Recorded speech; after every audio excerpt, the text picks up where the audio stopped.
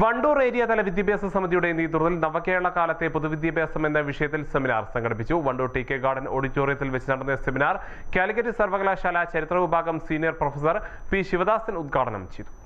അവർക്ക് കുടുംബമുണ്ടായിരുന്നു, അവർക്ക് സ്വന്തം താല്പര്യങ്ങളുണ്ടായിരുന്നു, സ്വാർത്ഥത ഉണ്ടായിരുന്നു.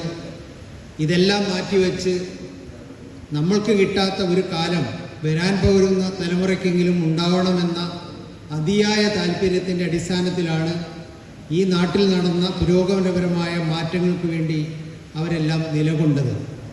പല ആളുകളും അത്തരത്തിലുള്ള ഒരു ധീര സമരത്തിൽ തടവറയിൽ അടയ്ക്കപ്പെടുകയോ മർദ്ദനങ്ങൾക്ക് ഏൽക്കേണ്ടിവരായി വരികയോ അല്ലെങ്കിൽ സ്വന്തം ജീവൻ നഷ്ടപ്പെടുത്തേണ്ടി വരികയോ ഒക്കെ ചെയ്തിട്ടുണ്ട്. അവരുടെയൊക്കെ ഒരു സ്വപ്നമായിരുന്നു നമ്മൾക്കെല്ലാവർക്കും തുല്യരായിക്കൊണ്ട് ജാതിമത നിബന്ധനകളില്ലാതെ ദേശപരിഗണനകളില്ലാതെ മനുഷ്യരായി. ചടങ്ങിൽ ഷെൽട്ടർ ജില്ലാ സെക്രട്ടറി പി എസ് മുരളീധരൻ അധ്യക്ഷത വഹിച്ചു. LDF വണ്ടൂർ നിയോജക മണ്ഡലം സ്ഥാനാർത്ഥി doctor K Damodaran, Santhosh Mallikkad, block panchayat അംഗം PK Mubasheer, KSSPU block secretary P Sasikumar, Vinod Parakkal, KSTA സംസ്ഥാന കമ്മിറ്റി അംഗം ഷൈജി ടി മാത്യു, പ്രകാശ് തുടങ്ങിയവർ സംസാരിച്ചു.